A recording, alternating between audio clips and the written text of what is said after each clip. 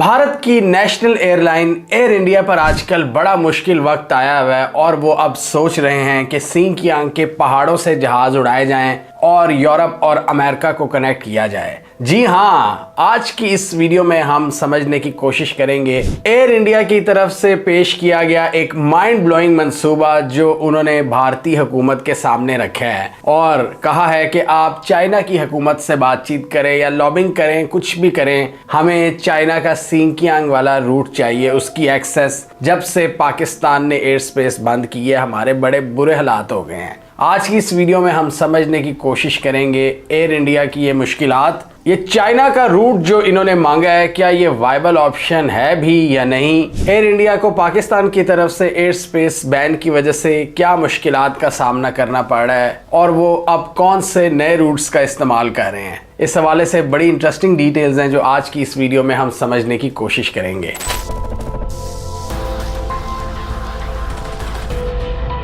Air India की बात करें तो इस वक्त वो बड़े अपॉर्चुनिस्टिक माइंडसेट के साथ आगे बढ़ रहे हैं क्योंकि उनको टाटा ग्रुप ने एक्वायर कर लिया है 2022 से और इस हवाले से टाटा ग्रुप की ये कोशिश है कि एयर इंडिया को मॉडर्नाइज किया जाए और कंप्लीटली ट्रांसफॉर्म किया जाए और दुनिया की बेहतरीन एयरलाइंस की सफ में खड़ा किया जाए। लेकिन हम ये देख रहे हैं कि इनके ये एम्बिशंस 3 साल बाद भी नहीं पूरे हो पा रहे और एयर इंडिया सख्त मुश्किलात का सामना कर रही है और इसमें से एक मेजर मसला पाकिस्तानी एयर स्पेस का बैन है। इसके अलावा एयर इंडिया ने रिसेंट पास्ट में बहुत से हादसात का भी सामना किया है और सबसे ब्रूटल हादसा जो पिछले दिनों हमने देखा, लंदन बाउंड फ्लाइट जिसमें 260 लोग मारे गए और इन डेवलपमेंट्स की वजह से इनके मॉडर्नाइजेशन और ट्रांसफॉर्मेशन के प्लान्स बिल्कुल ही फारिग हो गए हैं और अब ये अपनी रेपुटेशन पर काम कर रहे हैं कि किस तरह अपनी खोई हुई साख को बहाल किया जाए। और अब इन्होंने एक अपॉर्चुनिटी देखी है और वो अपॉर्चुनिटी कहाँ से निकली, हमने इस वीडियो में देखा था कि किस तरह चाइना और भारत ने एक बार फिर फैसला किया है कि अपने डिफरेंसेस को साइड पर रखकर जो ट्रेड वगैरह है उसको बहाल किया जाएगा और बहुत सी चीजें जो दोनों ममालिक के दरमियान तकरीबन खत्म हो गई थी उनको बहाल किया जा रहा है। जिस तरह नेपाल के करीब एक ट्रेड कॉरिडोर का आगाज,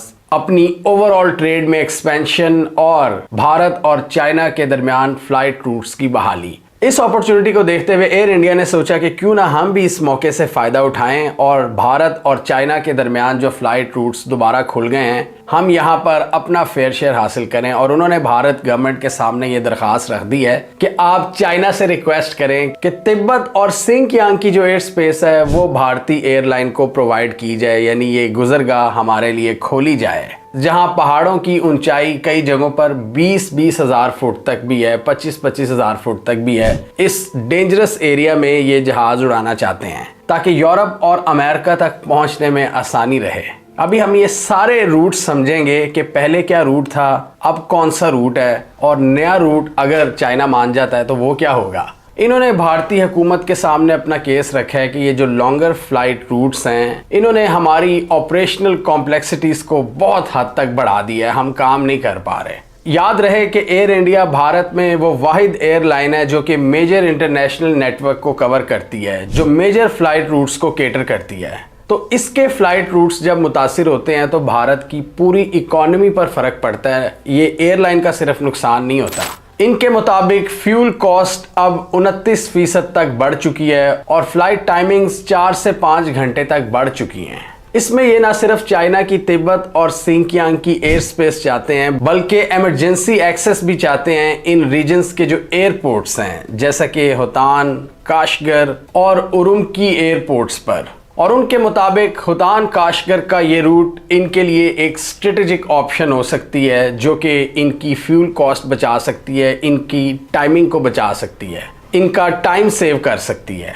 एयर इंडिया एयरलाइंस के अमेरिका में तकरीबन 4 से 5 रूट्स हैं और इनके मुताबिक कुछ यूएस रूट्स की वजह से हमारे प्लेन्स की जो लिमिट्स हैं वो ऑलरेडी स्ट्रेच हो चुकी हैं, यानी उनकी कैपेसिटी से बात बाहर पहुंच गई है। और पाकिस्तान की एयर स्पेस क्लोजर की वजह से इनको एक और जगह पर रुकना पड़ता है रीफ्यूलिंग के लिए। पाकिस्तान की विड्थ वैसे तो इतनी ज़्यादा नहीं है, सिर्फ 500 से 600 किलोमीटर्स तक है, फिर भी ये इतना नुकसान देती है भारत को। ये आप इस तस्वीर में देख सकते हैं कि पाकिस्तान ने जब अपनी एयर स्पेस बंद की है तो दिल्ली से जो फ्लाइट्स उड़ती हैं उनको कितना लंबा रास्ता लेना पड़ता है। उनको पहले साउथ में जाना पड़ता है, अरेबियन सी में, और फिर वहाँ से मिडल ईस्ट से होते हुए ये अमेरिका पहुँचते हैं या यूरोप की तरफ। और यही अगर कोई फ़्लाइट मुंबई या साउथ इंडिया से उड़ती है तो उसको दिल्ली वाले मसाइल पेश नहीं आएंगे जो फ़्लाइट्स दिल्ली से उड़ती हैं, क्योंकि मुंबई के इमीडिएट वेस्ट में पाकिस्तान नहीं है तो वो अरेबियन सी से होते हुए आराम से पहुंच जाते हैं वेस्टर्न रीजन्स की तरफ। लेकिन दिल्ली के इमीडिएट वेस्ट में चूंकि पाकिस्तान है और फिर पूरा भारत क्रॉस करना पड़ता है, पूरा नहीं तो आधा मुंबई तक जाना पड़ता है, उसके बाद अरेबियन सी से नया रूट लेना पड़ता है। और इस लंबे रूट की वजह से इनको फिर वियना में स्टॉप करना पड़ता है रीफ्यूलिंग के लिए, जिसकी वजह से ना सिर्फ फ्यूल कॉस्ट बढ़ गई डिस्टेंस ज़्यादा होने की वजह से, बल्कि आपका टाइम भी मज़ीद लग जाता है। और इन चैलेंजेस की वजह से दिल्ली टू वाशिंगटन का एयर रूट बंद हो चुका है। पहले दिल्ली टू वाशिंगटन डीसी का रूट जो पाकिस्तान की एयर स्पेस को यूज़ करता था वो डायरेक्टली नॉर्थ की तरफ जाता था और आर्कटिक का सर्कल लेते हुए अमेरिका तक पहुंचता था, और वो डायरेक्ट फ्लाइट थी जिसमें रीफ्यूलिंग की ज़रूरत नहीं पड़ती थी। अब इनको यूरोप में रुकना पड़ता है रीफ्यूलिंग के लिए। जो पहले 15 घंटे का रूट था वो 20 घंटे में तब्दील हो गया था। दूसरे ऑप्शंस जैसा कि मुंबई या बेंगलोर से सैन फ्रांसिस्को को कनेक्ट करने का भी सोचा जा रहा है, बट ये भी अनवायबल ऑप्शंस हैं, क्योंकि अगर किसी ने वाशिंगटन या ईस्ट कोस्ट वाली साइड पर जाना है तो उसको एडिशनल 3 घंटे लगेंगे, और इसी वजह से कस्टमर्स दूसरी एयरलाइंस का इंतखाब कर रहे हैं, और इसकी वजह से इनके रेवेन्यूज में मिलियंस ऑफ डॉलर्स का नुकसान हो रहा था। यानी यूएस और इंडिया को कनेक्ट करने के लिए 2 फंडामेंटल रूट्स हैं। एक ट्रांस पैसिफिक है जो कि एशिया को अमेरिका की वेस्ट कोस्ट से कनेक्ट करता है, और एक ट्रांस अटलांटिक रूट है जो कि एशिया को ईस्ट कोस्ट यानी न्यूयॉर्क वाली साइड से कनेक्ट करता है। अब चाइना की एयर स्पेस को इस्तेमाल करते हुए ये अपने पुराने रूट को बहाल करना चाहते हैं, यानी चाइना से रशिया की तरफ जाएंगे, वहां से आर्कटिक सर्कल लेते हुए अमेरिका में दाखिल हो जाएंगे। अब सवाल ये पैदा होता है कि चाइना का ये रूट वायबल है भी कि नहीं, जहां पर 22 हज़ार फुट ऊंचे पहाड़ हैं, और इस एयर कॉरिडोर को इंटरनेशनल एयरलाइंस भी अवॉइड करती हैं टेक्निकल डिफिकल्टीज की वजह से, क्योंकि इस तरह के रीजन में आपकी बैकअप सपोर्ट भी क्वेश्चनेबल हो जाती है, वो भी कॉम्प्रोमाइज हो जाती है। अगर कोई हादसा पेश आ जाता है या इमरजेंसी लैंडिंग, तो वहाँ करीबी एयरपोर्ट मिलना भी इतना आसान नहीं है। इसलिए भारत ने ये भी रिक्वेस्ट की है अपनी गवर्नमेंट से कि चाइना से जब आप बात करेंगे तो जितनी यहाँ पर एयरफील्ड्स हैं इनकी इमरजेंसी एक्सेस भी दी जाए हमें। अब यहाँ आता है स्ट्रेटेजिक पार्ट।